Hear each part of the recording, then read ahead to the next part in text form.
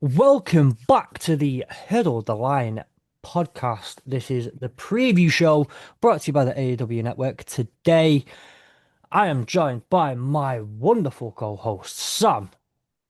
It's a weird week, right? Isn't it? It's a horrible week. How are you though? We had the college football pod yesterday. How are you today? Yeah, I think I've just about got over what happened at the weekend. I mean, there's loads that, if in our sort of Rams Discord chat, there's been a lot of sort of discussions about what went wrong and Yeah. where we should have potentially won the game and things like that. And yeah, I think one thing I will say, and this isn't being at all biased. I think that was possibly one of the worst officiated games for both sides that I've ever seen in a Yeah. championship match between two rival teams. Um, Yeah. I just think it was for me it was one of the worst, and I know we've seen some pretty bad individual calls, but I think as an overall officiated game, it was one of the worst I've ever seen. Yeah, I think we've been speaking too much this season. It crops up every year. People don't like decisions, obviously 90% of the time though. And I think is really weird is the fact that obviously, well, people have the scapegoat of, oh, the Chiefs are getting the calls, the Chiefs are getting the calls, the Chiefs are getting the calls. And you just kind of everyone just defaults to the Chiefs getting calls, and then your team has so many calls go against you. Mm. Nothing ever goes your way. That's every team, by the way, not you specifically. But it feels like this year, and I don't know if it's because people haven't had the Chiefs to scapegoat as much or even close to as much. General officiating across the league is getting blasted. Um, it's Yeah, been poor, and it's rightly so. I think the problem is that there's been so many individually terrible calls in a lot of games this year that I think it's now becoming. I think fans are getting frustrated as a whole. It's no longer these officials are backing this team, or like for years it's always been the officials wear red, black, and white sort of thing, and they're always Yeah, for the Chiefs. It's just been generally there's been bad calls in every game to the point where like you almost become a bit numb to it. I think I got halfway through the NFC Championship game, and I was having to force myself to just ignore bad calling and bad officiating and just try and enjoy the game because there was just that many just bad calls that got missed. And they weren't even like like ones where like 50-50. They were bad calls that were so obviously just unnecessary or should have been called and stuff. And yeah, yeah, I think it was. I mean, you know, the if I'm going to be honest, the reason we lost that game was because of the fact that it was down to McVay. I think his play calling and decision making within the game was really poor. yeah, Why he decided to take the timeout on the Cooper Cup drive and then potentially look at throwing down a flag just made zero sense to me. Um, and some of the other calls that he made during the game were just a bit odd. Um, and then obviously the huge issue with special teams, which we've had all year, reared its ugly head. yeah. I saw a take the other day. I came from. See if I can get it up here. At the end of the day, the Sean McVay is obviously known as one of, if not the best head coaches in the NFL. And not just that, he's one of the best, if not the best offensive minds in the NFL. And what, he's only 40 now. He's been in the job for years. The Super Bowl he won was a few years. Like he's such a young, refreshing, and I don't know. I don't agree with the take, but it's just I don't know enough. I think per se to have the take myself. Sometimes he has those moments where he goes back to when things go against him, or when he needs to kind of pull it through. He can go back into a bit of that conservative. remembering where he came from because who's coaching tree is he under? He Um, was he was part of the Shanahan tree. yeah, part of the Shanahan Well, tree. Gruden, he was with the Grudens and he was with Jimmy Haslett. mhm. Um, just some of those, just like look, that's the tree you came from. And sometimes those slightly more conservative calls can rear I, their heads. But again, I don't know. I I can't I say. don't necessarily agree with that because one of the key moments in the game was he tried to be too aggressive. It was when we were, was it 13-10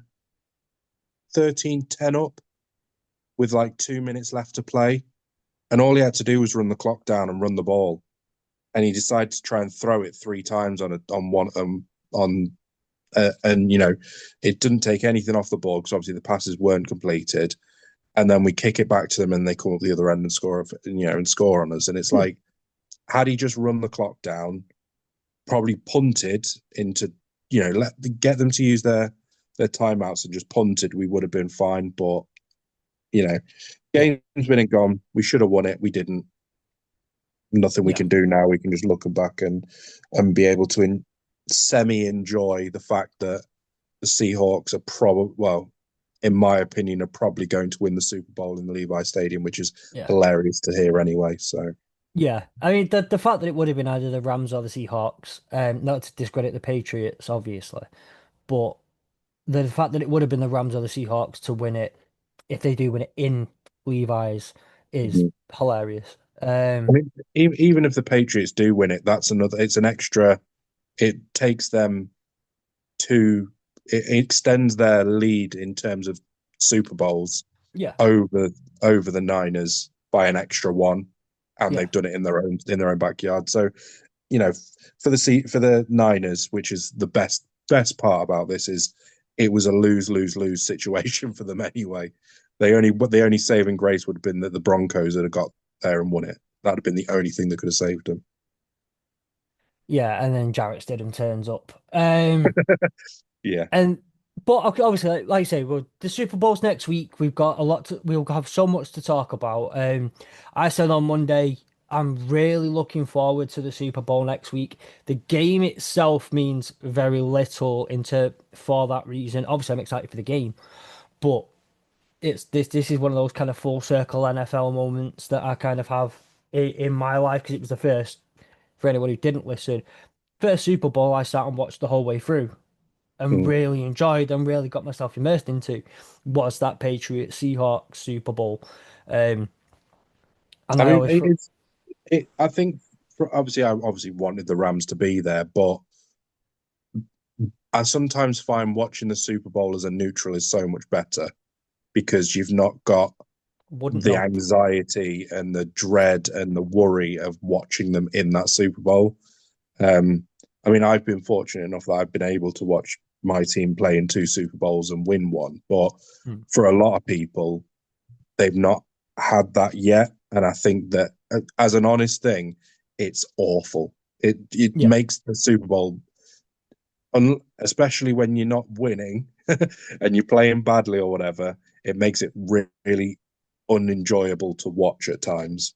yeah, Whereas as a neutral, it becomes so much more enjoyable. yeah. No matter how old any Lions fan you ever meet is, no matter how long they've been supporting it for, they don't know how that feels. No. We cannot relate, unfortunately. But I'm just glad that out of everybody on this network, me and Ollie get to share our trauma of like half a century worth of terrible, terrible team together. Um, Obviously, say let's say Super Bowl next week. We'll do our Super Bowl preview next week, where we'll get into Seahawks and Patriots and how that's going to go down. There will be no episode on Tuesday morning slash like we're not recording on Monday night. We are getting together a little bit. Some of us who kind of work behind this, the ones, well, the review show, myself and a couple others will be, we'll off-season planning, all that sort of stuff. Give ourselves a moment because we've done 2 episodes a week since September, Sam, right? Yeah. Apart from the Christmas break where we missed 2 weeks of the preview. You and Carl did one. we missed out on the other because it was like Christmas Day, and we're not doing it on Yeah. Christmas Day, Sam. Um, so I am obviously very, very grateful for all that. But like, other than that, we've done 2 episodes a week since September. I think we deserve a night where we get to chill, have a Yeah. beer, do some off-season planning, and think about those things and have some fun. So, that's kind of the schedule going. The schedule. There'll be no college football episode next week for that same reason. Although the college football, as we've not done 2 episodes a week, we've just done the one. But still, since August, we've had, well, two of us have travelled to a whole nother country and back since we last had a week off. So, anyway, with that in mind, we're gonna have a nice little. We're having a little bit of a relaxed episode here. We've got a little bit of a fun thing planned. I'll get into that in a minute. Before we do, obviously, give us a follow on the AAW network, on the social media, on AAW NFL, and join our free to join Discord server. Excuse me. You can find all of the relevant links and information in the description of this episode. If you are on YouTube, they are right below mine and Sam's beautiful face and my face, and they are right in the app if you are on audio only versions. And like, I don't know why. Been doing this for like nearly 2 years, still cannot. I stumble on this every time. There's a bit of news that's happened since Monday, since the review team, sorry, got went at it. It's been and it's got some things to go through, Sam. There's been some controversy. I'll drop the first one. We'll go through the head coaching hires. Hmm. Um, and the first one was on Tuesday. Joe Brady was hired as the head coach of Buffalo um, Bills. the Buffalo Bills, for OC for the Bills. So, listen, if you're gonna keep Josh Allen, I don't think was very, very happy when he found out the news that Sean McDermott was fired. No. This might keep him a little bit sweeter. Yeah, I'm not convinced by it by all means, because you've also got to think that the main reason why this team didn't reach, I would say arguably didn't reach Super Bowls, was its inability to finish off games. And that comes from the OC and the offense in a way. Yeah, So with the head coaches that were available, I don't think it's a good hire. And to me, it screams damage limitation on what's now going to be a bit of regression. yeah. It's a Because I very think, fair point. it's either that or they're trying to pave over the complete shit show that they've caused with the sacking of McDermott, the backing of Brandon Bean, and the outing of obviously Keon Coleman. They've basically kind of done everything they could have possibly done to piss off Josh Allen, and now they're trying to just kind of appease him in some way. Yeah, I still have a feeling that I still feel there'll be a lot of bad blood in and around the Bills for a while. Um, but we'll just have to see how it plays out. It could be a good idea. I think I personally just don't agree with that it is. Um, I think my honest view on it is the fact that I think that there's so much of what comes from the OC within that Bills team that still resonates with how Sean McDermott does things. And I think if you're going to stick with that ethos and that kind of culture,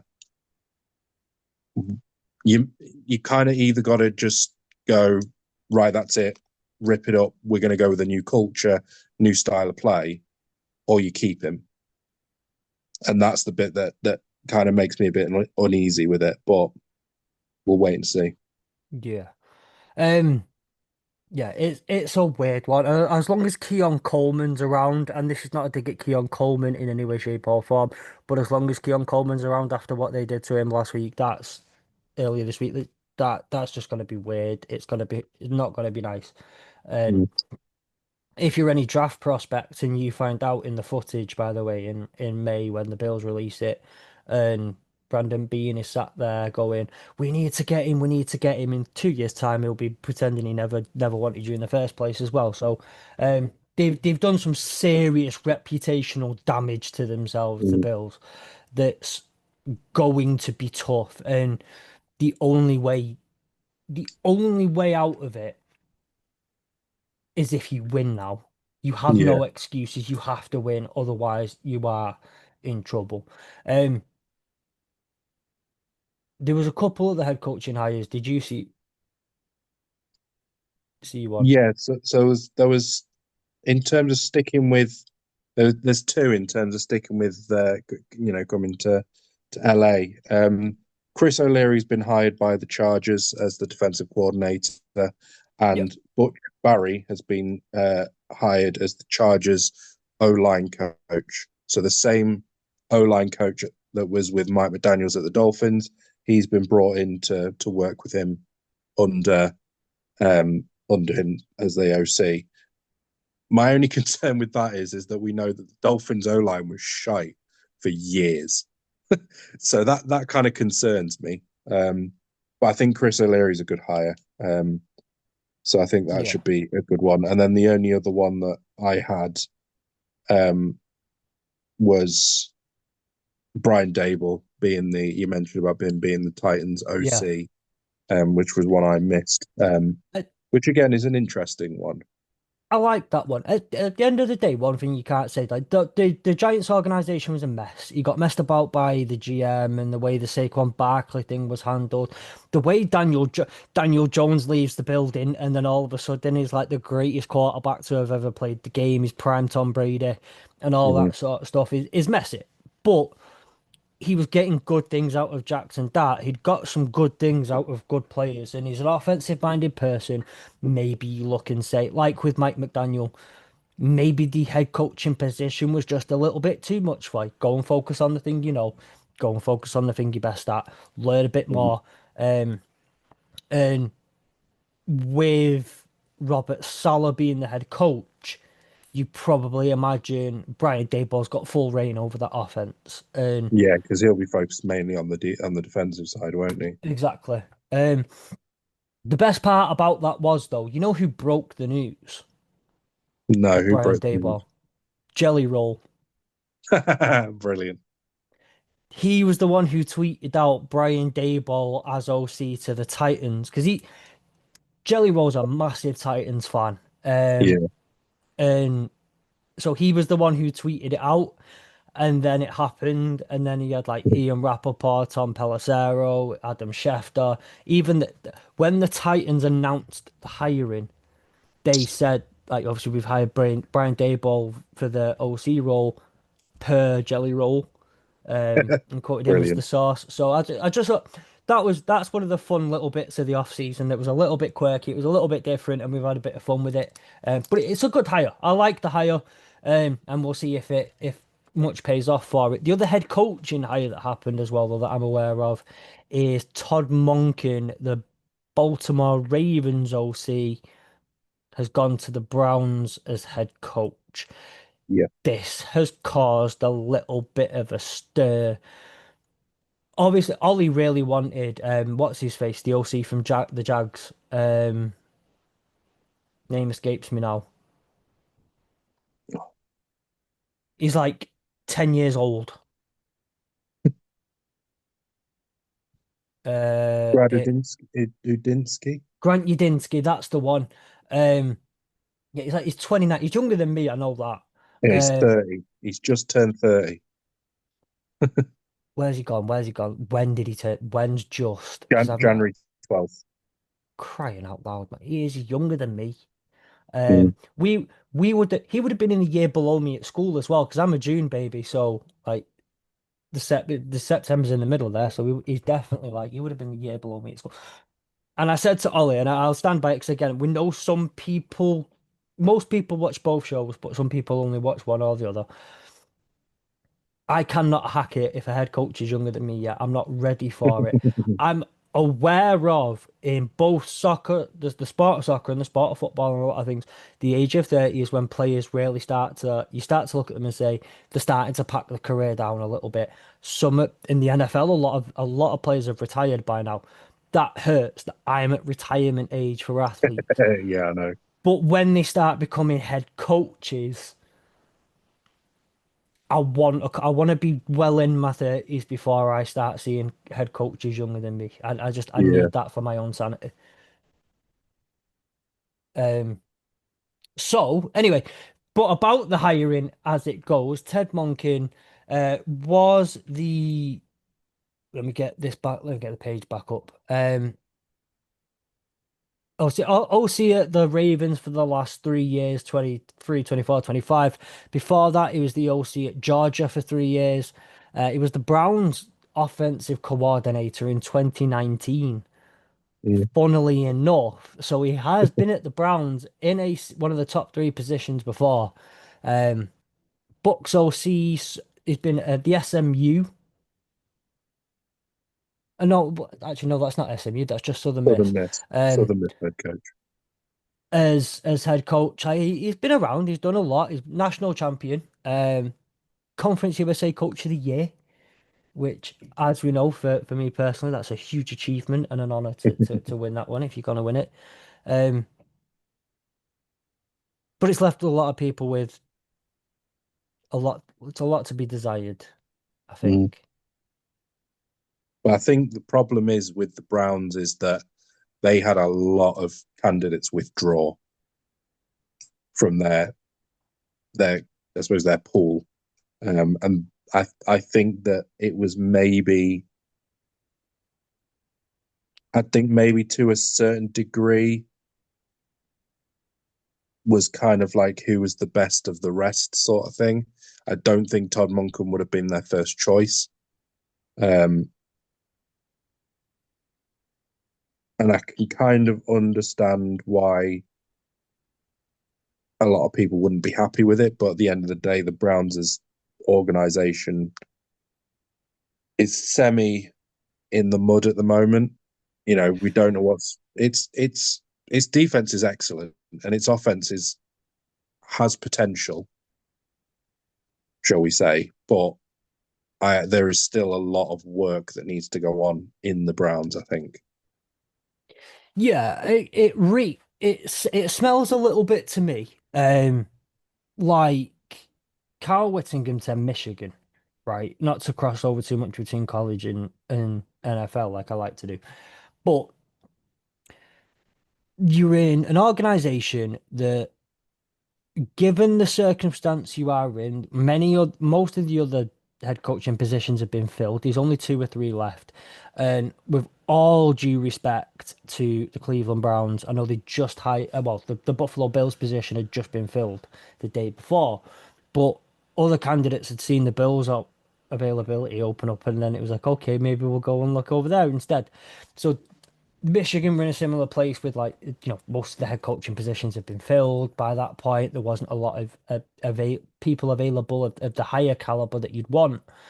Um, but there's a bit of a circus in the Browns, and it's the Shador Sanders, Dylan Gabriel. There's a lot of, and I'm sure we'll get to speak about Shador Sanders in a minute, but maybe you want someone who's a bit more experienced with a bit more of a solid level head who, by the way, some of the fallout I've seen the last couple of days is what is apparently about not Shador Sanders doing this, by the way, it's people saying Shador Sanders will not listen to Ted Monken. Shador Sanders won't like this. Shador Sanders won't do this. Shador Sanders won't do that. Now, one, I don't believe for 1 second that that's going to be the case. I don't. No, I mean, if that was the case, he would not be playing as QB for the Cleveland Browns. No, He will not be the starting QB. They'll switch it back to Dylan Gabriel, or they'll no. look for someone else. And look, first couple of days, we're only in the first couple of days. We don't know what the plan is yet. But I'm not. I'm just saying, like, people are expecting Shadar Sanders to throw a tantrum, and I don't think that's going to be the case Yeah. at all. I mean, he's an NFL player. He's got. I'm sure. I'm almost certainly will be a consummate professional throughout it. I've not seen him be anything but genuinely. Apart from Mhm. media portray certain media portrayals and the way things have This, been the whole twisted. silence thing didn't help his case. Well, yeah, that's a thing. I Yeah, think I think the but thing is that a lot of people seem to have this, like you say, it's this media perception of who Shador Sanders is. He came into the NFL with this huge chip on his shoulder, not being a first round pick, ended up being drafted in the fifth, was third QB at the Browns to start with, and he just he's it's a classic case of he's never been allowed to just try and be himself in the yeah, NFL. It's all been he's a Sanders, he's Dion's son, he has this perception, and then when he starts doing stuff like the whole silence yeah, media shit that idiotic move, which I think was more born out of a bit of fun that got taken the wrong way and also a bit of immaturity. You know, you'll remember he's still only what 21, well, 22. yeah, and we And we know, I just think the overall, like, obviously with everything that he did within the scouting process, you know, apparently going into scouting, not looking at tapes and in all of this sorts of the playbooks and all of that, you know, he may have done all of these things, but he is allowed to grow and he is allowed to learn from yeah, mistakes, and I think yeah, he will. yeah. I mean, I want to say, either way, I think so far, I just I want to see the relationship play out. I don't want Emmanuel Mm. Ajo telling me how it's going to play out and what he thinks Shador Sanders should do. I don't want that. Yeah, Um, I want the people in that building to sort it out. And for Ollie's sake more than anyone's, right? Not even for the Browns, just for Ollie in general. I want the Browns to sort it out. And I just think maybe this kind of hit me just a little bit as a like, let's steady this ship. Let's get someone in who's going to be calm, cool, level-headed. He's older. mm. Yes, but that sometimes comes with look experience and calm seas and someone who knows what the hell they're doing. Will it translate to success? That's gotta be remain to be seen. But I think I'm it, okay with the hire. I think it's an okay it, hire. It's yeah, not what it, everyone wanted though. it gives me Bears Ben Johnson vibes, not obviously to the same level as Ben Johnson, but the whole in the Bears, they've always been a very good defensive team. Yeah, And, you know, some of the hirings that they've done where they've hired former DCs, and I don't think it's really worked. The Browns and the Bears kind of suit having more of an OC head coach, like an offensive minded head coach, because yeah, defensively, they'll sort themselves out. Hire a half decent defensive coordinator, he'll get that defense working.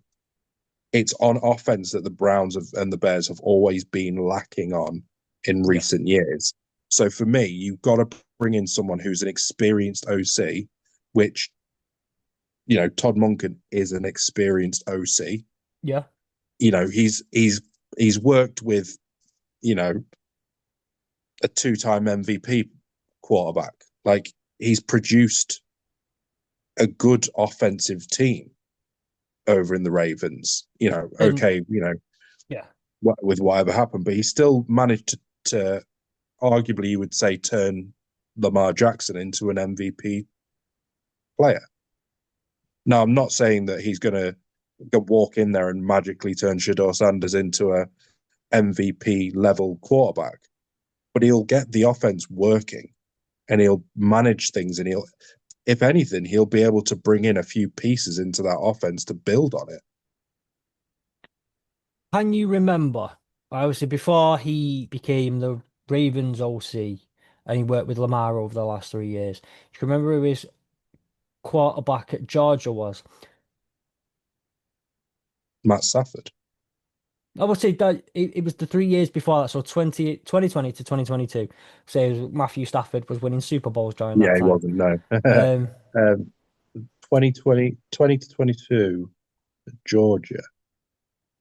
I'll give you a hint. Oh, You Stetson should know. Bennett. I was gonna Yeah, say you Stetson should Bennett. Yeah, know him. yeah, He's Stetson on Bennett. he's on the Rams roster. It's Stetson Bennett. I So don't think he will obviously, be for much longer.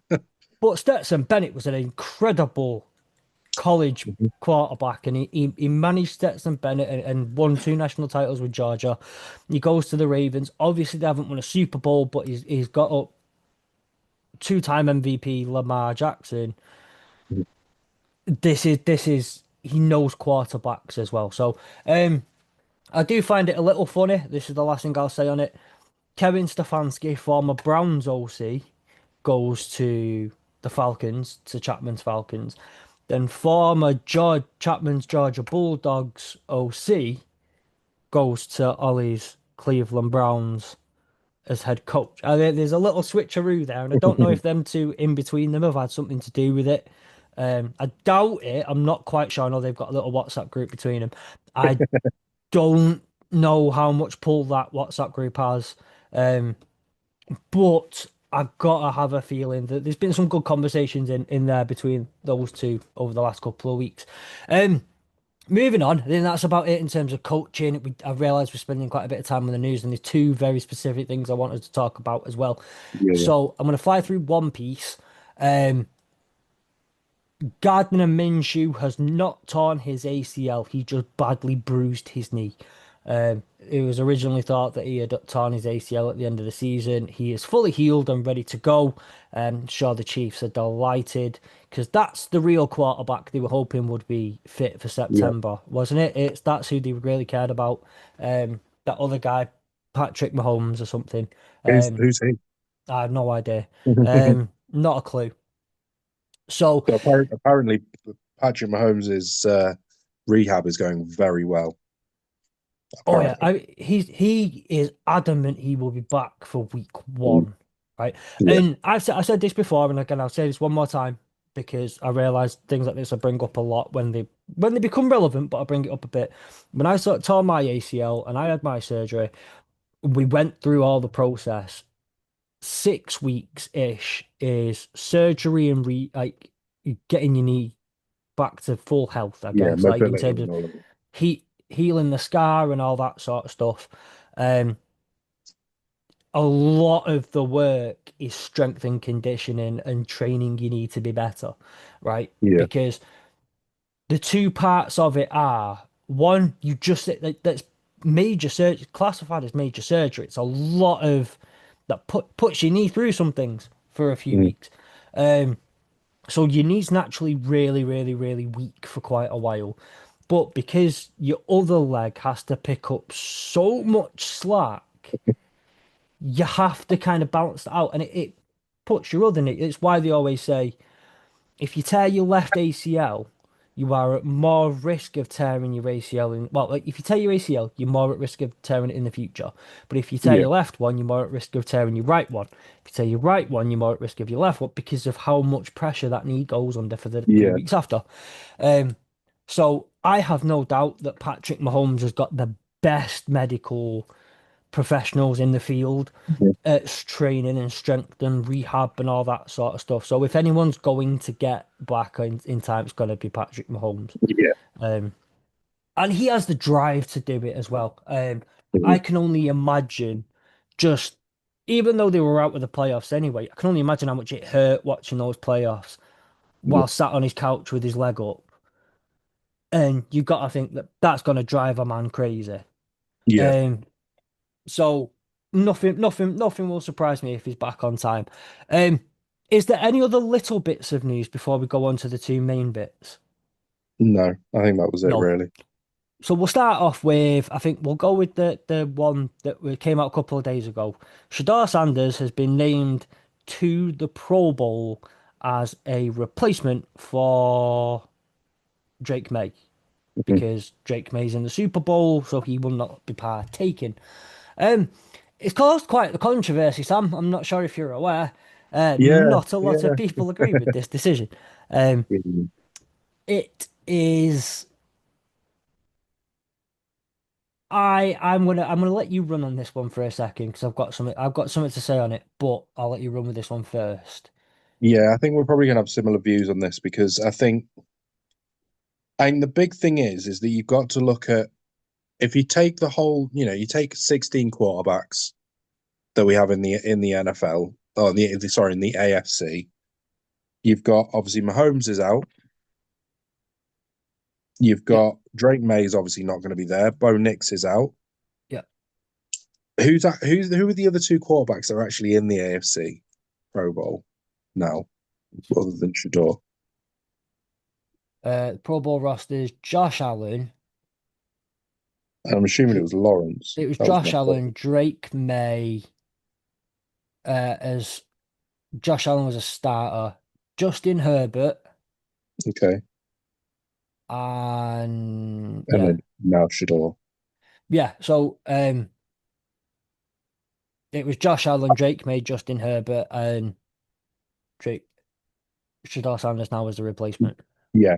So I mean, you look at some of the ones that were there. I think like I say, out of the 16, you've got Allen and Herbert. That takes us down to 14. Drake May as another takes us down to 13.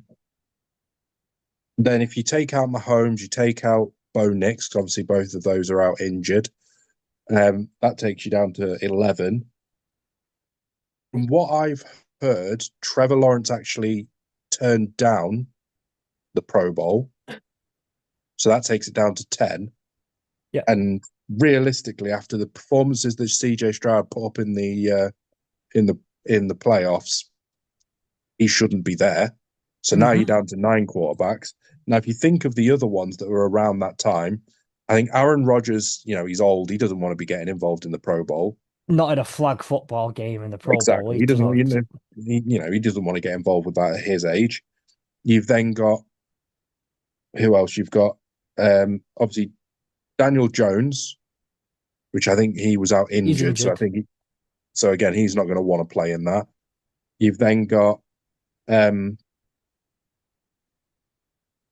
who else have you got? Joe Burrow, I think he rejected it, didn't he? I He want to say turned also down. we'll go through it. Go through the AFC quarterbacks. You got Lamar Jackson injured or had multiple injuries this season. Probably Yeah. won't want to aggravate it. The Bills, Also had a Josh poor Allen. season. Josh Allen, he's gone in. Mhm. He's already in. Joe Burrow, lots of injuries, lots of problems. Will not want to do it. Um, you've got Denver Broncos. Oh well, Bo Nix injured. It's out. CJ Stroud, embarrassing. The Jags, Trevor Lawrence turned it down. Chiefs, Mahomes is injured. Raiders, Let's skip past that. yeah, um, just hilarious. The Chargers, Justin Herbert, he's in. The Mhm. Dolphins, well, Two they're has been Quinn Ewers now, well. aren't they? Two got dropped, so you can't even have. And he played majority of the year, so Yeah, you can't have him in there. exactly. Um, Patriots, Drake May's in the Super Bowl. The Jets, Yeah, skip over the yeah, Jets. the Jets. The Steelers, Aaron Rodgers, we've mentioned. The Titan. So it's basically you're talking. It's between him It and was Cam between Ward. Shador Sanders and Cam Ward, and Shador Sanders has been better. And this is the thing. It's like yes, okay, he is very low on the pecking order in terms of best QBs in the AFC, but he was the best of the ones that were available. So I Yeah, think and I think more than anything, it just highlights how much the Pro Bowl doesn't mean a lot, especially when you're the third QB that's being picked or the third in any position. Um, so I just think that people need to kind of calm down about it. just a little It, bit. it Um, doesn't mean much, and the realistic thing is if Trevor Lawrence had actually decided he was going to do it, he'd have been in there, and no one would be thinking about it. and But there's so many circumstances to why Shador's got there. Just let him go and enjoy it. It's a bit of fun at the end of the day. the Pro Bowl as well. And I'm going to throw this one out there. So if we say it's between Cam Ward and Shador Sanders, now at that point, two things. One, who really cares? They Mhm. may have offered it to Cam Ward, and Cam Ward said, no, we have no way of knowing this information unless Cam Ward comes out, or the NFL comes out and says, well, we asked him and he said no. Um, but also, I want to put this to you, right? The viewership for the Pro Bowl has declined 3 years in a row. And it's still at 4.7 million-ish, according to reports. But it's declined for 3 years in a row. they need to make something out of it, the NFL. So what do you need to do that? Bump the ratings because Mm, it's not the Super Bowl. People aren't paying $2,000, like two, three, four, five, six, $7,000 for a ticket, flying yeah. from all over the country to watch, to watch, I don't know, Jameer Gibbs catch seven balls in a Yeah. field. Like no one cares to what got enough to go and do that for a few games. There'll be some people who some people will travel out for a fun family thing, but it's just not that deep, right? So what do? Put Shadar Sanders in there because what does Shadar Sanders bring? Eyes. What the Yeah. eyes bring? Money and viewerships. So it makes sense that the NFL just goes, well, let's just make a business decision and put Shadar Sanders in there. Mm. Yeah. I think it's just we just need to kind of, you can't be complaining about how the Pro Bowl has been declining and how you don't really care about it, to then crying about the fact that Shador Sanders has been picked for something that you say you don't care about. You know, it's one or the other. It's meaningless. It's stupid. It's basic. It's flag football. Why are we Yeah. playing it? Whoa, whoa, whoa! Why aren't you doing it the way I want you to do it? Yeah. It is ridiculous. So I don't care. One, Shadar Sanders, go and have yourself a weekend, my friend. Go and have a load of fun. Spend some time with the best voted players in your conference. Have a bit of fun. It's fun. It's not for me as a 30-year-old man to be sat here watching these games. I might put it on and see if my daughter has any interest in it because they're playing Yeah. silly games. Yeah. Maybe. I don't think she'll care because Gladiators is on Saturday, and that's That that's is what she just the wants. Pro Bowl. Um, That's the British Pro Bowl. kind of is. Mm. Um, but obviously we've spoken enough about this. I was gonna say I had something to say. You said it. Yeah, we were Pretty much. under the same So views of it, really, weren't almost verbatim what I was gonna say anyway. So, the other bit of news, and this is the real kicker. we? The Pro Football Hall of Fame has had to release a statement yesterday. Do you know why, Sam? Why did they have to release a statement? Because a load of people have come out and said that they voted for Bill Belichick to be in there, and he wasn't, and they've basically been told off. The members have been told off for speaking out. Yep. Bill Belichick has opened, was supposed to be it was going to be a first ballot Hall of Famer this year. It was a lock for it. Nobody has ever questioned this idea in the slightest until it comes out on Tuesday that Bill Belichick is not, in fact, a first ballot Hall of Fame head coach. He missed out. You need 40 out of 50 votes. He got not 40 votes. So at least 10 people didn't vote for Bill Belichick to be in the Hall of Fame. Lost for words. That's egregious. Mm. Oh yeah, I mean Egregious. he's one of the most, you know, if not the most successful head coach in modern football. And you just think that I saw someone do a clip on TikTok about it. Um, that I'm just going to see if I can find. But basically, they compared um, someone who got in who'd basically only won like half the number of games that Bill Belichick Yeah. had won and managed to be a first ballot Hall of Famer, and then he didn't even get a sniff. Um, it's a very bizarre um, decision. The only thing I can think is that, maybe they just, some people thought, well, he's going to get enough, so I'm not going to vote for him. I'll vote for someone else, sort of thing. It's the only thing. I mean, where they just kind of people go, oh, well, plenty of other people are going to do it, so I'm going to pick someone else that I want to get in. But I don't know. I don't know how it's probably In one of the stupidest mistakes that we'll ever see in terms of Hall of Fame. 333 wins of all time, including playoffs. the Mm. third most in second most in NFL history. 31 postseason wins, the most in NFL history. Six Six Super rings. Bowls as a head coach, two as a coordinator, the most in NFL history by any single coach. I don't know if it's tied. I don't think it's tied. How on earth this man Mhm. is not in the College Football Hall of Fame? Because, and the only thing I guess I can think about it is the antics since leaving. And I'm not excusing this, by the way, but dating Jordan, dating and kind of some of those antics have left a sour taste in some of the voters' mouths who threw a tantrum, which should not and should never and shouldn't even be considered as a thing. The only way I can think anything in your personal life should ever affect if and when you enter the Hall of Fame is if like they dug up Bill Belichick's garden by accident and found that he was a serial killer. Like that's the only thing where I can think that's something that he's done outside of football that you can't really put a serial killer in the Hall of Fame. The only other thing maybe is that, with, if you look at, and obviously we don't know these things, but obviously there was the whole Spygate issue. There was, Deflategate.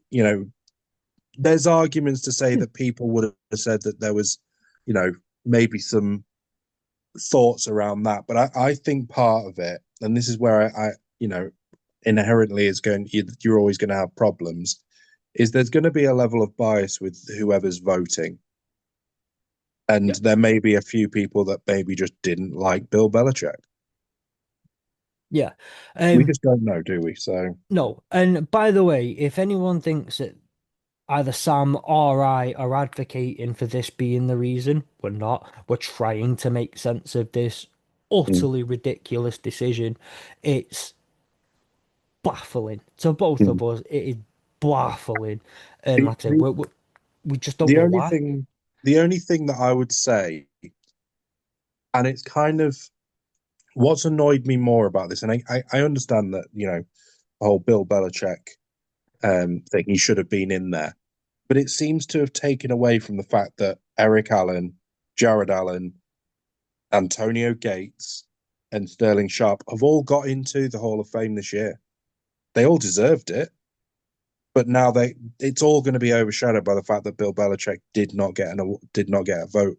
And I think that's going to be the sad part of it, because there are, three players there who fully deserve, four players who fully deserve to be in that Hall of Fame. That kind of Yeah, it their time as being as it as being part of being inducted into the Hall of Fame has basically been overshadowed.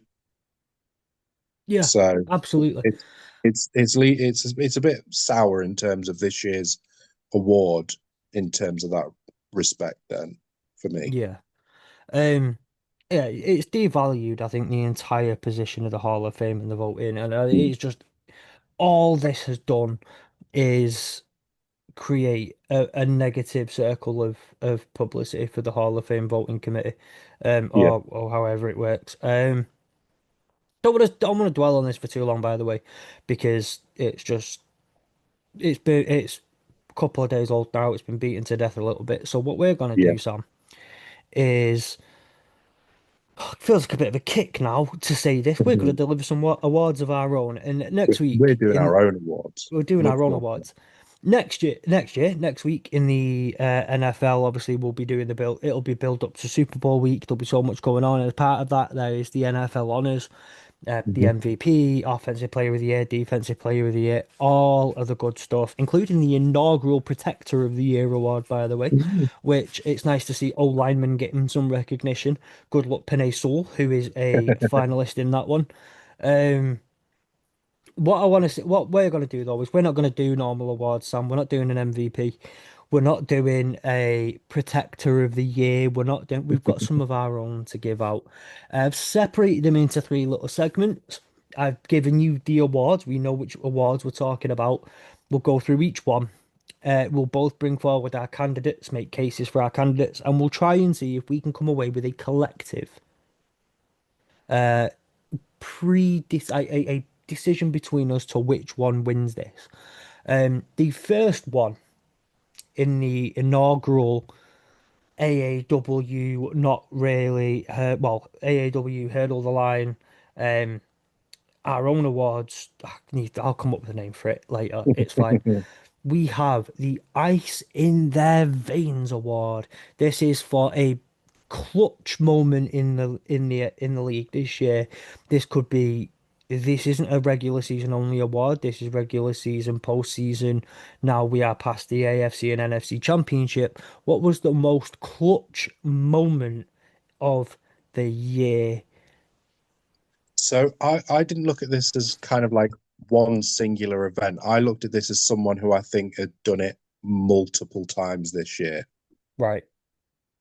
And that's why, and maybe it comes across a bit homery, but Matthew Stafford, for me, if you want someone who is going to get you the win in the most clutch way possible, you know, he's the guy that you want. I think he's the highest active NFL quarterback for um, final play drives, um, or final play winning drives. Should I say winning drives? I just think he is the definition of ice in their veins. I just think he is the epitome of someone who you need a clutch moment. He's the guy you want. And if you want to, if you want me to pick a singular moment, look at the moment against the Bears. Like final play to get us into field goal range. That was it. And he's done it on multiple occasions this year. But for me, it's Matthew Stafford. So, I looked at clutch moments, right? And I put forward two or three clutch moments, and so we're off to a great start here in the voting, by the way, where both of us have got completely different ideas for what the award is. However, if we want to go down that route, one answer came above more than others because I came up with three moments this year that I was like, I can bring all three of them to the table. I've ranked them three, two, one. Two of them featured the same player, Yeah. and they were both, it pains me to say it, Caleb Williams. Yeah, I mean he's in I one of my he's up there for one of my others, but he I took the two moments. I took the one against the Rams in the divisional round, where hang on, I've got some stuff about it. Um, it's the 17-yard touchdown that was actually more of a 40-yard throw. 4th and 4, went back from 4th and 4 from the 14, Mhm. went back as far as the 37-yard line, which is when he threw it, had three men in his face on what looked like a bit of a Hail Mary attempt. I went back and watched it a few times and I was like, that's not a Hail Mary. He knows what he's doing. Um, he, he ties the game, goes to overtime. Obviously, the Rams win that game and move on to the championship game, but I was like, that's clutch. And the other moment that I brought up with Caleb Williams was 4th and 8 from his own 42, 5:37 left against the Packers, 11 points down. He pulls out the jump man throw to Rome Mhm. Dunze. Huge gain. If you don't make that play, you're 11 points down and just giving the Packers the ball Mhm. in your own half. Clutch. That's clutch. That's pure Mhm. clutch. So for me, I think Caleb Williams was a repeated no, not going to use that term because it sounds negative. It was a repeated name in clutch moments of this year and individual clutch moments. Um, but I am very much with the Matthew Stafford idea as an individual player. Um, so if I could, we'll split this award into two, right? You've got an individual moment and an individual player. We can take Matthew Stafford as the clutch player, but I want to take that 4th and 8 against the Packers as the best clutch moment of the year. Yeah, I'm happy with that. If you do or if you do agree, if you do disagree, please let us know in the comments. AJ Dawson, feel free to let us know. Um, Next up is the Houdini Award. Well, funnily enough, the two moments you mentioned were the ones that I was using for this award in Caleb getting out the pocket in terms of Um, his ability to yeah, escape out of the pocket and to make big moment throws. That was yeah, where I was going with those two because I thought, you want someone who can make a play when you desperately need it in a way to get out because the Bears, although the Bears O line was okay this year, the amount of times he was expected to get out of that pocket quickly and escape, potential sacks and stuff. I just think that was those two moments in particular were just like how he manages to get out of those situations and still make clutch plays for me was just insane. So I went with those two plays, but for this award. yeah. And I said the award is the best player at making these plays to sleep in the pocket, and this is why I said I've got an idea for we've got this going forward. I'll take give Caleb Williams the Houdini Award, escaping the pocket, making big plays happen. Um, It does help that I think, in comparison to everything else, he's better out of the pocket than he is in the pocket. It's a Yeah. common theme when talking about Caleb Williams that, like, at the end of the day, he seems to struggle at times with being in the pocket, making natural progressions, and the slant to and a like an easy slant the, or the or the flat. inability to throw to DeAndre Swift on a sweep on a jet sweep and all of it or on a screenplay, but he can manage to get himself out of the pocket and throw a 42-yard tuddy from out of nothing. Some people just seem to just play hero ball and Yeah, that was Caleb Williams' thing going into the NFL was like he can play hero ball, he can play hero ball, he just needs to stop playing hero ball that often, and now it's a bit like, no, keep playing hero ball because that's what you're really good at. I think the thing with Caleb that I've always said and I've always thought is, I've said this for years about Jared Goff. Give him too much time, he struggles. Or it's for me, it's the other way around. I think when you pressure, I don't think Jared Goff had the ability to make quick decisions. Like he couldn't just if you he needed time to be able to make his decisions with Jared Goff. I think Caleb's the exact opposite. I think he needs as little time as possible, and he just seems to have his ability to flip from overthinking to just snap judgment plays. It seems to like he just becomes a much better quarterback. So Yeah, it's almost like he needs to be, like you say, in that either in that hero ball moment or just almost having players in his face ready to just nail him and having to make quick off the cuff plays where I think he's at his best. So, yeah, you know, and he'll make a career of it. absolutely. um so yeah, the Houdini Award for making magic happen outside the pocket is Caleb Williams. We had an original name for this next award, and I'm not using that name because ChatGPT came up with it. We don't like it. So what we're going to call this is the Gravity Award for players who've come back down to earth this year. Um, we're talking regression, right? We're talking they don't have to have been elite in 2024, but they've definitely taken a dive in production in 2025. Now, when I was putting this award together and I was doing my own notes for it, there are a couple of things that I would not allow to be criteria for this kind of player. If they were injured in 2025, they're out, right? That's different. If they if they're a rookie, rookies cannot be like, I could not give this to a rookie Okay. because I think you're allowed to have a struggle in the NFL in your rookie year in certain senses. So what I've given this to is you have to, in my head, at least the way I put this together was for my own notes is you have to be an established NFL player with a decline in production that wasn't due to injury. And you haven't had your season staggered by injury. So Joe Burrow can't be it. Lamar Jackson, because he came out injured, couldn't be it for me. Shamar Stewart, who was incredibly disappointing this year, couldn't be Shamar Stewart because he's a rookie. Um, and I've come up with what ended up just being a list of about six players who I thought we could go through.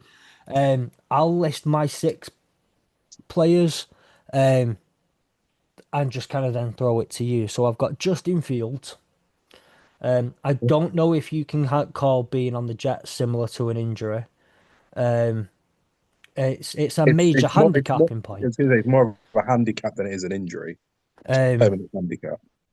so Justin Fields, although I think that the argument here is he didn't have a lot of expectation going into the year, he was just extremely disappointing. If you remember the week one against the Steelers, and it was like 38-35, and you all thought, whoa, they might actually have got something here, and Aaron Glenn's going to get the best out of him, and then the rest of the season happened, and that just wasn't the case.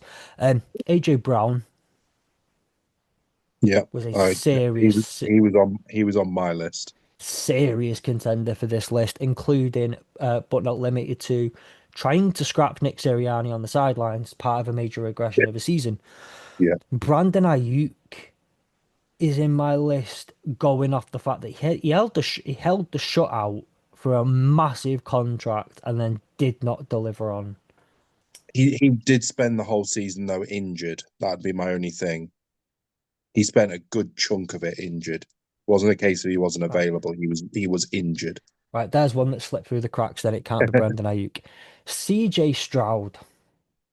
Yeah, I Again, see it. slight argument. He didn't have the worst regular season. Some of it might be recency bias with one, two, three, four, five interceptions in the divisional round of the playoffs. He didn't, he had the sophomore slump. I just think he's got worse. Am I enjoying it? Yes, a little bit. But I just, yeah, for CJ Stroud, it's a continued regression from his rookie year. Maybe he set himself up a bit too well his rookie year, and you know, first impressions last a long time, and that was a great first impression that he made. Brian Thomas Jr., Yeah, he was on my list. given the how the Jags were last year, and he was so good, to be disappointing in a year where the Jags really did take off offensively in particular, and for Parker Washington to be the star of the show and all that sort of stuff, especially towards the end of the year, Brian Thomas. And my final one is Travis Kelce. And what I'm going to say on this one is I'm sure, as much as Tom won't like to hear it, we all know it. I don't actually agree with him being on the list. The difference is Travis Kelce is such a massive name around the league. Mm, Expectation is always super high on him.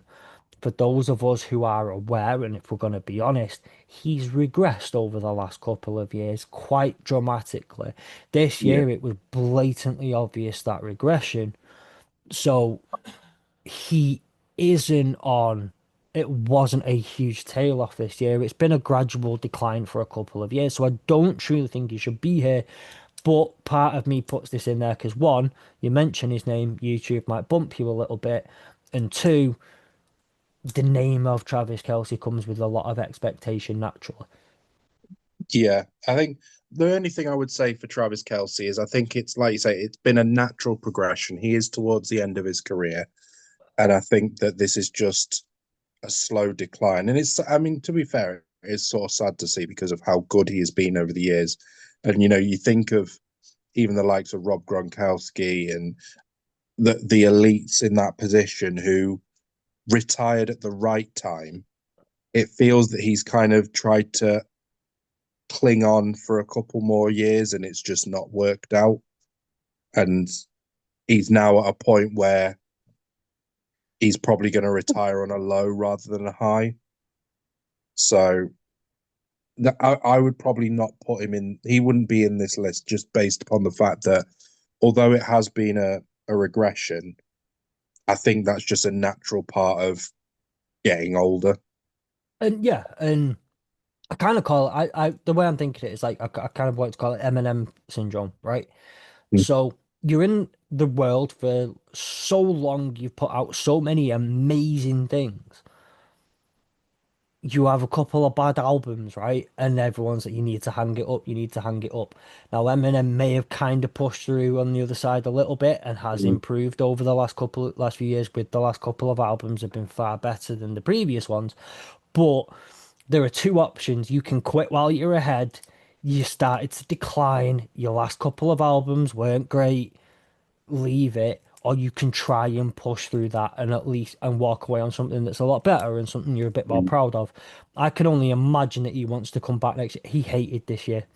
Yeah, The he did. He drops, absolutely despised it. Yeah, the I can see drops, him. not I making can the see him playoffs. trying one more year. Yeah, I even if it's just a case of that they make the playoffs, he'll want to just make sure he puts up a good season.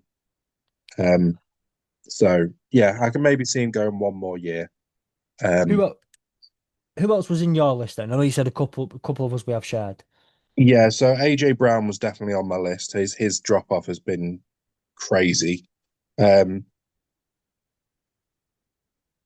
another a couple of mine are more wide receivers. So I think again, probably someone who had a great season last year. Obviously, you mentioned Brian Thomas Jr. Someone who's in the same boat is Lad McConkey.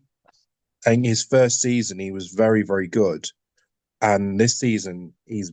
I mean, I know obviously all the issues that the Chargers have had, but he was the surprise wide receiver one in last year for the Chargers, and this year he's ended up becoming wide receiver two, sometimes wide receiver three, and it's just bizarre because of how good he was the year before. So he was on my list. And the other two names that I have, obviously, one of them goes with AJ Brown, in that I have Jalen Hurts. I think we were talking about Super Bowl QB, top three QBs in the league. This year, he has not put up the stats and the numbers to be considered a top three quarterback. He just has. He seems to have regressed back to his rookie year, where he was just throwing really bad and making really bad plays. Um, the only other one that I've got, and this was more, it can, going based upon the metrics. Obviously, we said no rookies. I just wanted to make this one as more of a. We can make it as more of an honourable mention because obviously we're not including rookies. But Yeah. I put Ashton Janty down because everyone had such a hype on him and had such an expectation that he was going to be potentially top five running backs. Yeah. He was nowhere near that level all season. Now Yeah. I know you can say he was on the Raiders. You know, he was he was drafted into a bad team and all of this, but you've also got to remember that at the time, John Robinson was drafted into a bad Falcons team and still managed to do quite well. You know, other players have been drafted into bad teams and done well. So it was more of a case of how high the expectation was versus the reality is why I chose that one in terms of a regression, just because he kind of came into the league as Heisman candidate or one of two players to get the Heisman Trophy to basically being a you know bottom dwelling running back, starting running back. So Yeah. we'll keep that as an honourable mention. But I think probably because we both agree on him, probably I would say the biggest fall off was probably AJ Brown. Yeah, I'm more than happy to go with that one. I like some of the names you've mentioned. I was debating putting Lad McConkey in there myself, because I had a list and then I whittled it down. Um, Lad McConkey was in there, and there was one other name that you've mentioned that I also like. Jalen Hurts was in there as well. I can't quite put Saquon Barkley in there, but it does feel like Saquon Barkley had a bit more of a disappointing year, but not to I the think that was a extent as anyone scheming. I else. think that was a scheming issue. They just didn't give him the ball, so that I don't think that's on him as a regression. I think that's Yeah, on. I, I mean, you could make an argument as a whole, just the the Eagles. Eagles' offense, just the Eagles' offense had a Um, huge regression. Yeah. So I think we'll give it to AJ Brown. Sorry, AJ Brown, you are our gravity player of the year. Welcome back to Earth. Moving on, we've got one game, we're going to call it one play from greatness, right? I've got this game is, sorry, this award is for teams who came so close, were always just so close, right? And they just couldn't quite put that one last play together. They couldn't quite make that one last thing happen. So it's not really an award. The gravity player, it's not really an award, let's face it. It's Mm. a bit of some of these are like Mr. Irrelevant. It's well, Monikers probably for the not season. even cool to have, really, I guess. It's like I'm not sure AJ Brown's celebrating. I was the AAW hurdle the line gravity player of the year, but um, I thought it came down to one serious category personally, and it was one score games. Um, which teams did the worst in one score games? Because they're always the ones where you can always argue every time one player's in it. And I'm very, very sorry to say that the one team that I'm putting in there, not I'll say not sorry to you, to one of our fellow co-hosts, is the team that went 1-9, the worst record in one score games, and that was the Kansas City Chiefs. Um, and I think, again, if we're being honest, again, it's similar with the Travis Kelce thing. If we're being honest, you kind of look at it and say it's got to be disappointing. And the Chiefs, as relatively poor as they were, you're always only ever one or two plays away from every single game going the way you want it to. Um, so Yeah, that I think my vote's the Chiefs. yeah. I kind of I probably went a bit more with my heart than I did with my head with this one because I chose the Rams because of the fact that we were just one game away from being Right. Super Bowl winners. But in terms of that, in terms if we're talking whole season, then yeah, it has to be the Chiefs.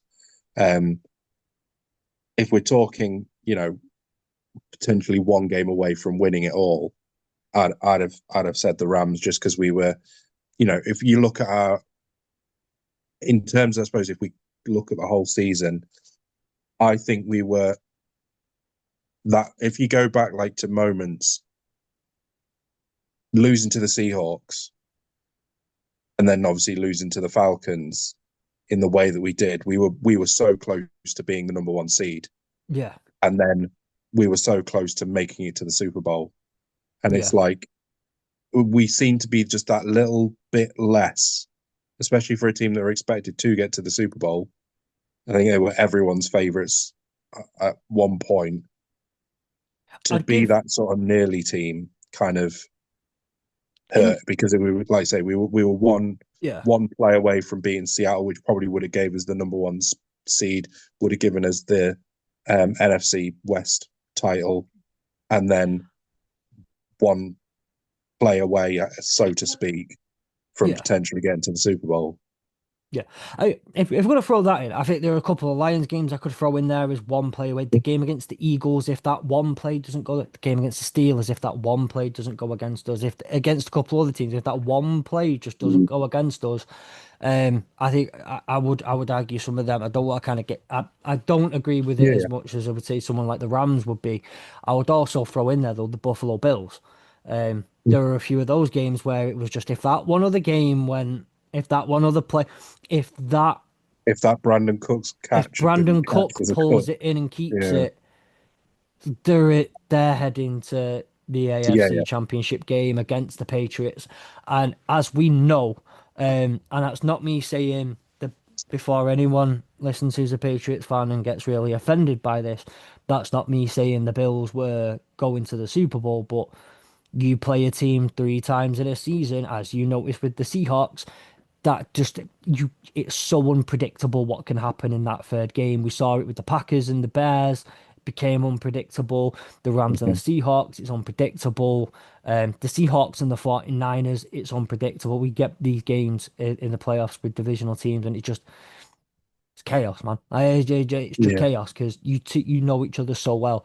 I'm happy to take as far as a team individually goes or like in a couple of individual moments where you are genuinely one play from greatness.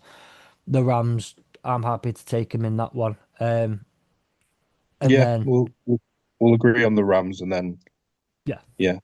So one play from greatness is the Rams. The next one is the Fire Drill Award. Um, this is not what it sounds like, right? This is for pure chaos. What team was pure chaos this year? Well, the most chaotic. Who would you go with for this one? I'm probably gonna have to apologize to one of our other co-hosts on the other show. I actually went for the Browns on this one, and particularly the Browns QB room, because they started off with Joe Flacco. They then traded him away to the Bengals after dropping him, bringing in Dylan Gabriel. Then they decided Dylan Gabriel wasn't the guy, so they brought in Shador Sanders. And it was just, and all of the noise in the background around the, going into the cube in, about which one was going to be the starter. It was just utter chaos from the start of the season, and it continued throughout the season as to the, Yes. will we, won't we sort of thing, on field, off field. So for me, I've gone with the Browns QB room, or the QB situation as my sort of chaotic Yeah. sort of I team. like it, and it's fair. I'll give you a full. I'll give the team that I went for was the Carolina Panthers. Mhm, Um, they won 7 games as underdogs this year. They were obviously not favoured in very many games. mhm. They won 8 games in the season. 7 of them they were underdogs, and in 6 of those games they scored 13 points or less. Um, most of those, like we said this throughout the season, right? The Panthers win the games they shouldn't, and then lose the games they shouldn't. Yeah. The results are flipped. If the games went the actual way they should have done, they're probably 9-8 and winning the division a bit more comfortably. But they just quite just seem to be the topsy turviest topsy tip. I don't know how to say that off the top of my head. They just seem to be topsy turvy all season. And like I say, you win the games you're underdogs in, you lose the games you're a favourite in, or some of them were underdogs. It just didn't seem right, and they kept upsetting teams, they kept turning things around on teams, and then I think for the additional chaos, you go into week 18, you lose your game in week 18, still don't know if you're in the playoffs and won a division or not. That then goes to the other week 18 game in your division, and then you win it because the Saints and Bucks game went the way it did. Mhm. No, sorry, the Saints and Falcons game went the way it did. And I just think for me, the chaos in all of that was quite a lot to take in. Yeah. Um, I'd agree with having the Panthers in that position. Lovely. Well, look at us being diplomatic. Um, so the Carolina Panthers are our fire drill team of the year, pure chaos. Um, Next up is the emotional roller coaster team of the year. Again, this is where you can't sit down for 2 minutes watching this team. You are pacing. You are nothing that this team does makes you comfortable. Who was your emotional roller coaster of the year, Sam? So I sort of had two in this. My first thought was the Falcons, because they had an interesting start to the season. They lost to the Bucks. They were, it's a low start. But then they go and beat the Vikings 23-6. You think, oh, okay, maybe it's just first week jitters. They then somehow lose to the Panthers 30-0. So again, back down in the, in the depths. They then beat the Commanders in a 34-27 crazy game. They then come out of their bye, beating the Bills to take them into a 3-2 thing. And you just think, well, you know, are we starting to see them turn the corner? Are we starting to see them sort of pick up and, and then they go and lose five on the bounce.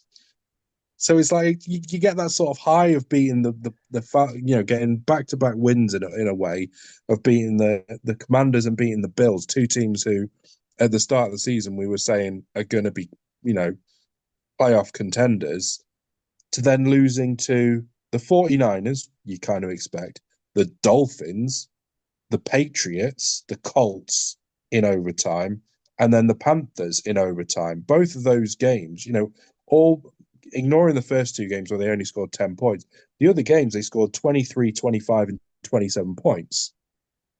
Like, it's just the season is so up and down and just Yeah, all over the place that I had to go with them because they then go and beat the Saints, twice. you know, Yeah, which was obviously a very good win. They then lose to the Jets and then lose to the Seahawks, but then they go on a 4-game winning run when it doesn't matter, and they beat the Cardinals, the Bucks, the Rams, and the Saints. It's like just a complete weird season for them. Obviously, it ended in Raheem Morris losing his job, but I just think from the outside in, obviously, I know Chapman will have his own take on it, and yeah, but I just think from the outside looking in, that was a weird, crazy sort of up and down season. The yeah. other one I had was the Bills, but I think looking back at it, I think the Falcons is my pick. All right. Well, I had two, and I had two and an outlier. The Falcons were my outlier, um, but I also realized I feel like I'm picking on members of this podcast and the AAW by doing this, Mm. and I am so sorry to anyone else in the anyone, especially on the review team, who thinks I'm throwing shade at them or just singling out your teams. It does help though that I think sometimes when looking at these things that like these are the teams I hear about the most. I have the most connections because I hear about them from all of you lot. Obviously, I watch most of the games anyway, but Tom talks more about the Chiefs. Mm. Chapman doesn't like talking about the Falcons, and I understand it. Yeah, You talk more about the Rams.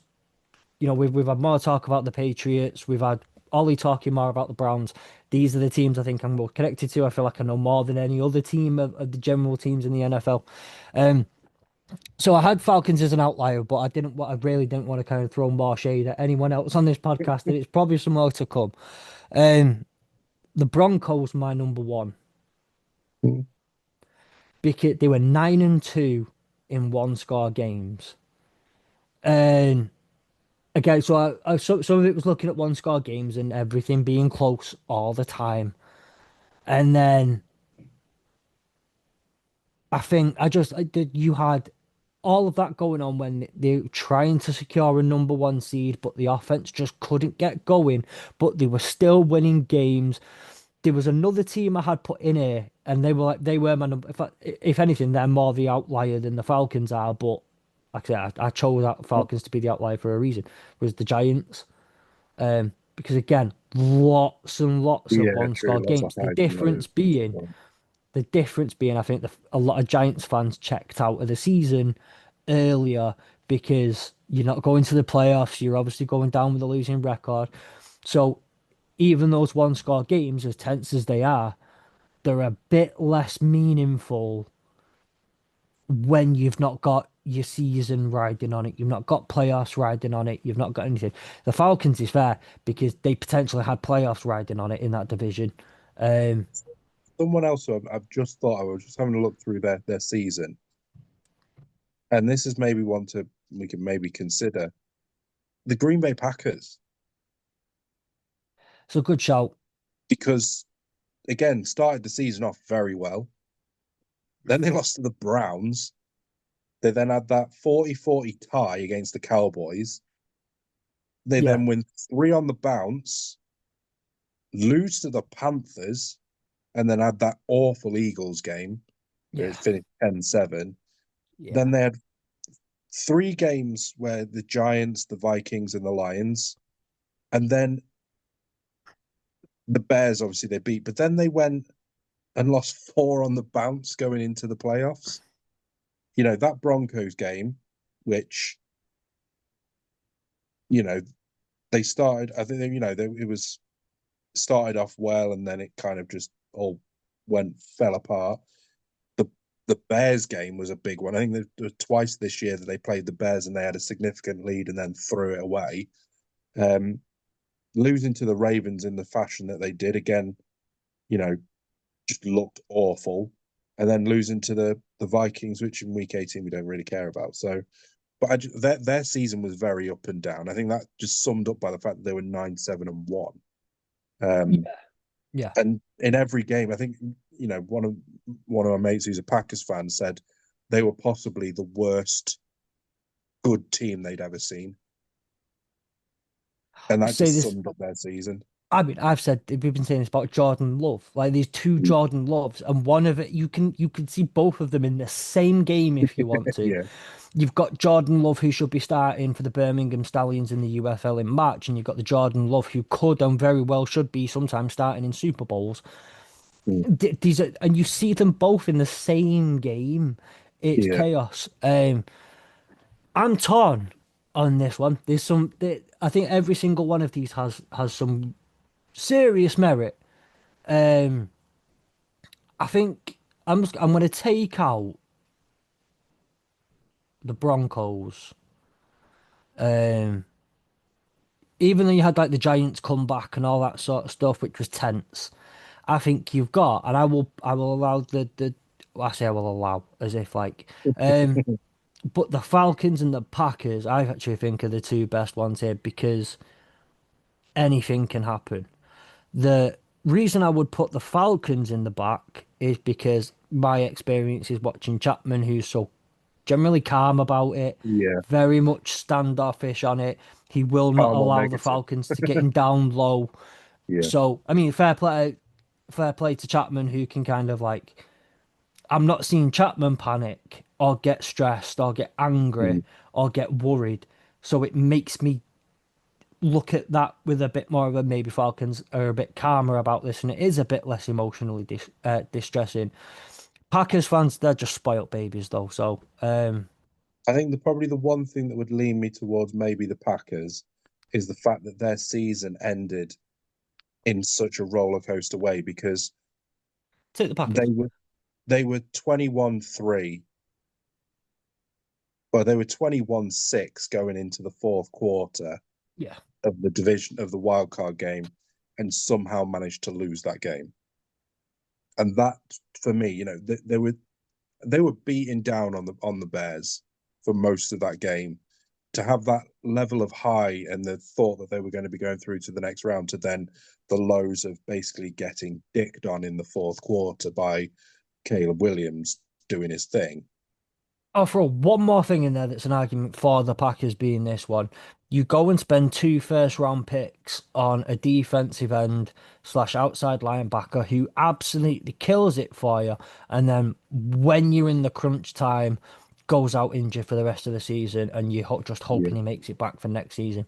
So I'm happy to take the Packers on this one as an yeah, emotional roller coaster team. yeah. Um, I agree. we can fly through these next couple, I realise time. Um, The A&E unit, I think this is an easy one. 49ers. Brought to you by the NHS, not really. It's the 49ers. Yeah. Sorry, Gary. It's the 49ers. The brick Most, wall. We're going with the brick wall of the year. This is the best defense, the best defensive unit. Um, and I'm torn between the Browns and the Texans here because the Browns' defensive unit as a whole is one of the very, very best in the NFL. It was just the offense that couldn't get it going. mm, Um, they put serious distress.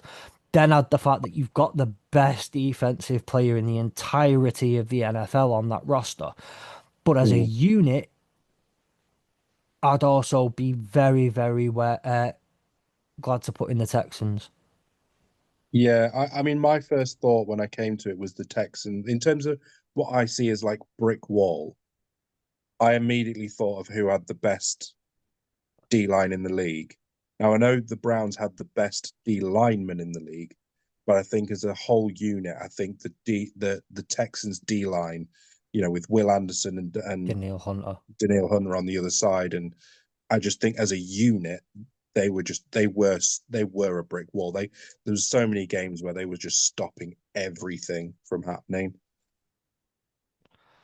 I, Yeah, I would personally give it to the Texans, we'll go but Texans. That yeah. you know, if we're talking about individual brick wall players, then it has to be Garrett. Oh yeah, With 100%. yeah, And the kind of the reason is he's probably gonna walk away with defensive player of the year. Should walk away with defensive player of the year. He'll obviously walk away with I can't remember what it's called now, but like the Deacon Jones Award or whatever it's called for most sacks, obviously. yeah, But that's a quantifiable award in terms of it's a sheer number award. mhm. So Texans are the brick wall. But again, that doesn't take away from the Browns because they also get so much success elsewhere on that defense. Going into the last few, we've got the Worth Every Penny award. This is the best free agent signing. I went with Daniel Jones on this one. Few of them could have made it in, but what the Colts were doing under Daniel Jones was impeccable. Um, I just thought it had to be for me. Yeah. I mean, I didn't see it as necessarily free agent. I just saw it as who either paid for or picked up a player Yeah, that. So I included trades and things yeah, in this because my worth every penny was actually going to be Rashid Shaheed that's for a the great Seahawks shout. because I think in terms of what he offered, not only in the offense but what he offered on special teams was next level. I mean, the fact that the first play of the divisional game against against the Niners was a Rashid Shaheed 96 yard return. touchdown. So Shout I out to I, I Will would I would Gavin. I, I think he deserves a mention. I agree with Daniel Jones. I think picking him up and getting him and the season that they had, or at least two-thirds of the season that they Yeah, had under Jones was fantastic. Especially given the situation with the ownership at Indianapolis and everything that went on. Um, I would agree with that. I just think that in terms of the fact they paid what was it, a fifth round pick for him for Shaheed, I just think that it's insane yeah. value, Um, and worth every penny of that draft pick. Sound. So officially, we'll say the best free agent signing was Daniel Jones. The best Yeah, trade in terms of value was getting Rashid Shaheed for a fifth rounder. yeah. Um, we're It was not either a saying fourth or a fifth. I can't remember what it was now. we're not saying it's two first rounders for Sauce Gardner. That wasn't the one. No. That was Um, if we'd have done a worst trade of the year, it may have been that one. so next one is my quote of the I got quote of the year, and I told Sam going into before we started the recording, there is a correct answer for this one. So what I'll do here, Sam, is I will let you have your say, and then I will tell you what the correct answer is. Okay. Um, I mean, are we talking as in an NFL person? NFL person, GM, player, um, head So coach, all that. as soon as I saw this, the first thing that came to my mind was Liam Cohen with the Duval. It was the first thing that came to my mind when he did his Duval. That was for me. That was the quote of the year. Like I know it's not really a quote; it was him saying it, but I couldn't. The moment I saw it, I thought, "That's it." That was like if you take individual like one off things, that's going to come into the next award. By the way, there's like two left. Um, so the correct answer here, Sam, by the way, is one that I loved so much I had to make a graphic for it mid-season. He's a hoe, and I want that known.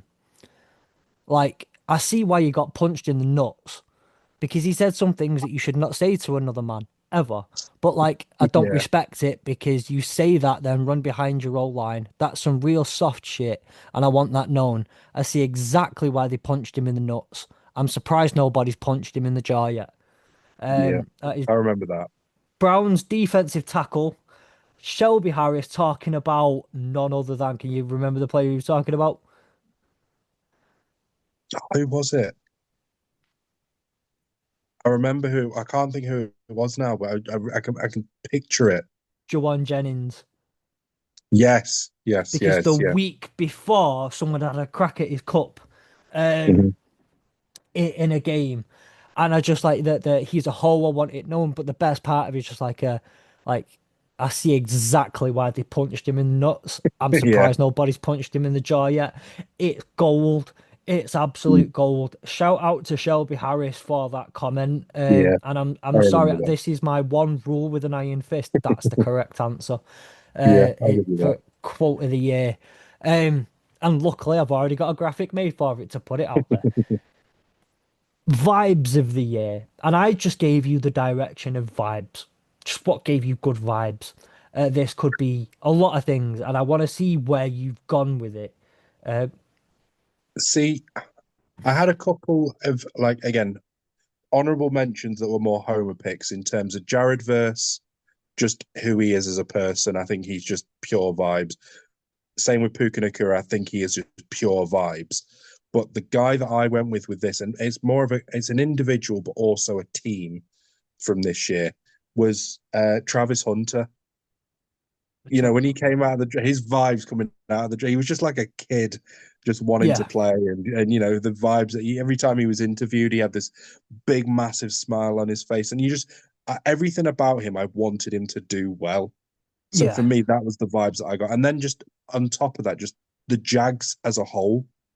I just think the Jags were just pure vibes all season. That came from going to the Liam Cohen Duval thing that he did, and then you know somehow turning Trevor Lawrence at some point into a viable candidate for being considered an MVP, and although he was never going to get it, just the whole situation in Jags, it just kind of flipped on its head, and you got good vibes from it. You kind of wanted to see 100%. them do well. 100%. And my answer for this was Jacksonville Jaguars, right? Mm, It was Jacksonville Jaguars. It was everything, like you say, from Liam Cohen and his Duval and the evolution of that. It was going up towards the draft, like you say, and Travis Hunter and just the energy. And we spoke so highly of him going into the draft and as a player, right? But we seldom did we speak of him as a person, as a kid, as someone going just as a.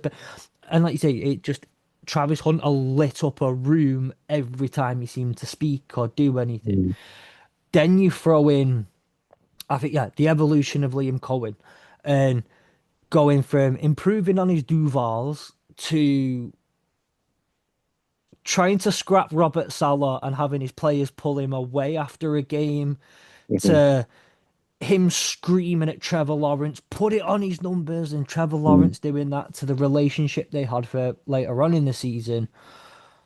The Jags were pure vibes the whole mhm, way through the season. I overachieved, and I say this for audio listeners on in air quotes. They overachieved. Um, they turned Tom around because Tom was not a fan, and then was full of compliments for them at the end, which I say is the biggest achievement of them all. mm. Um, They were also, it's the Jags. that defense was 32nd in the league, and it was much better this year. Absolutely. And for me, the icing on the cake, though, was when they lost in the divisional round, in the wild card round to the Bills. The reporter, um, I can't remember her name, Lynn Jones, um, and just the praise she heaped on Liam Cohen, urging Mm, them to just keep going, keep their heads up, come back at it.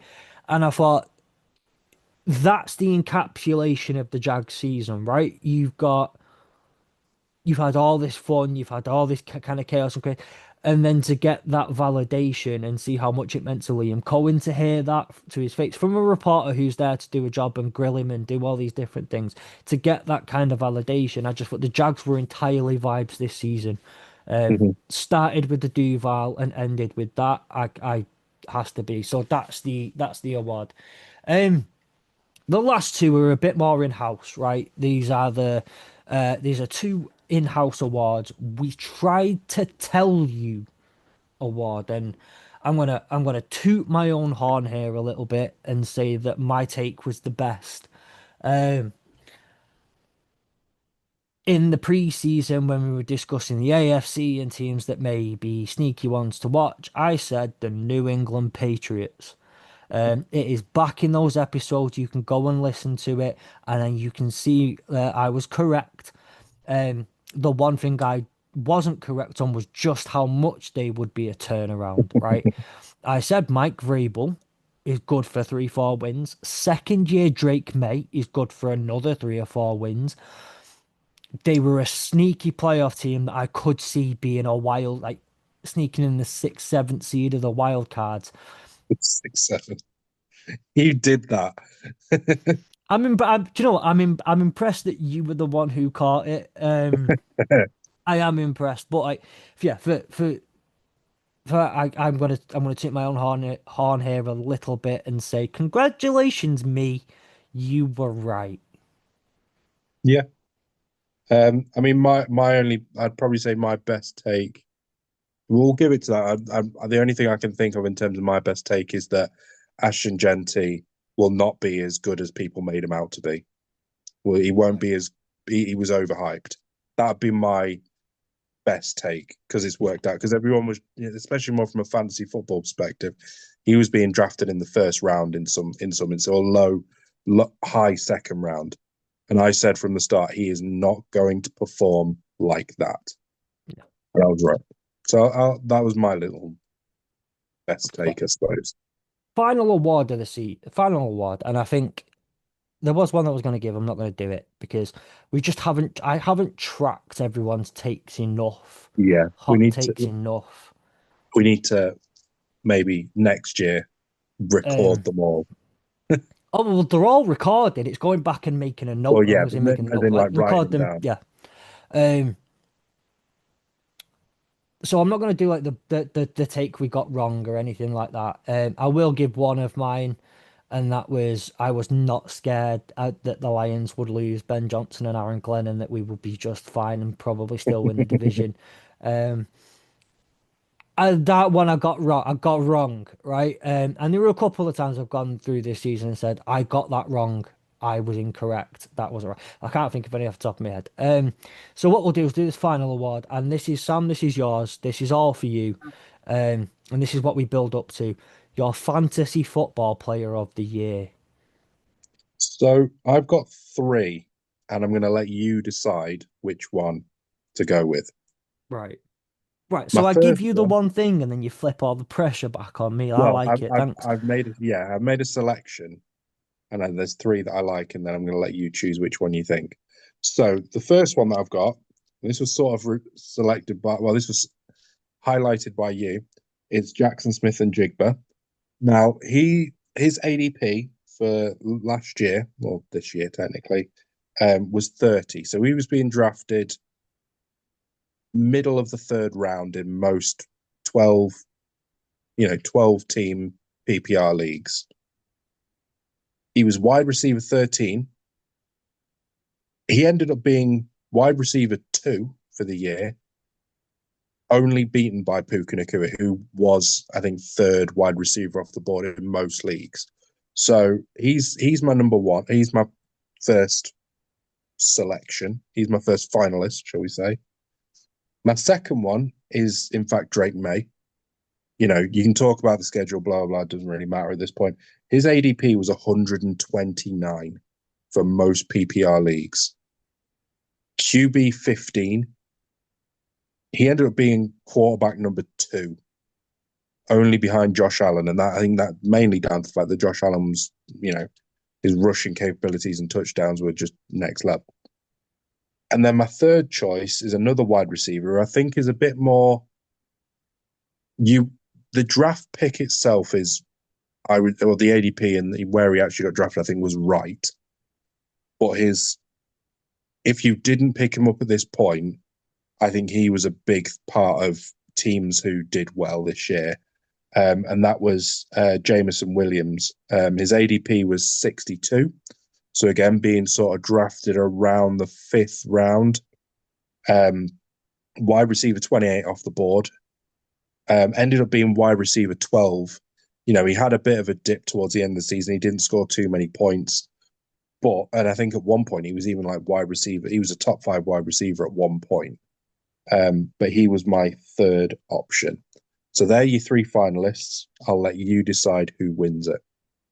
Well, the homer in me really wants to go with Jameson Williams, obviously. I think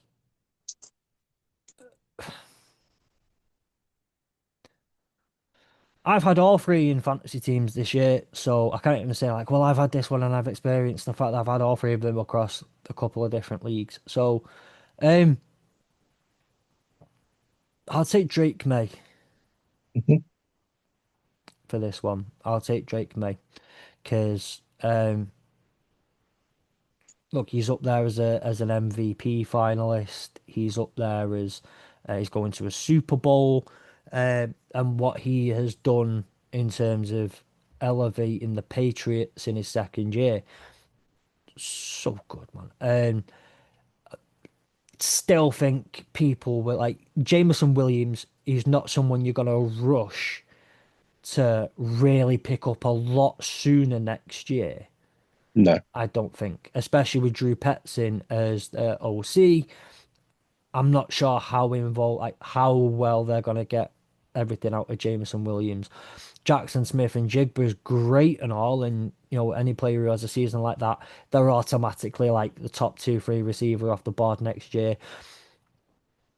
But I still think people will go Jamar Chase, people will go Puka Nacua, people will go um, Justin Justin Jefferson, Jefferson, people that Amon-Ra St. CD Brown, Lamb, CD CD Lamb. Lamb.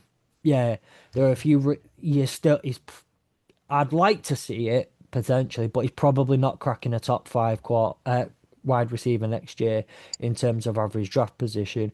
Whereas I can see Drake May being like a lot of people wanting to get Drake May in early next year. Um, it's something I'm anticipating for August, and as fantasy football nutters like we both are, obviously. I'm putting my plans together already to potentially miss out on Drake May in the second round, I, like by the second round comes around. I will probably be avoiding him next year. I'm just putting that out there. He might be a player I avoid next year, and not And this is where I think that when it comes to the scheduling is going to massively change for them because they're going to go from one of the easiest schedules to one of the hardest schedules, and I don't know how Drake May is going to adapt to that. Yeah, Now he could adapt very well, and but he also could do a CJ Stroud and flop a lot. yeah, So I would, if I could get him in a good position, I think top five quarterbacks, I would be avoiding him massively. If he falls to like 7 or 8, I'd definitely be picking him up. As a yeah. wide receiver, maybe if it's a QB2, I'd probably want him. He wouldn't be my QB1. Um, I still would rather have the likes of Lamar Jackson, Josh Allen,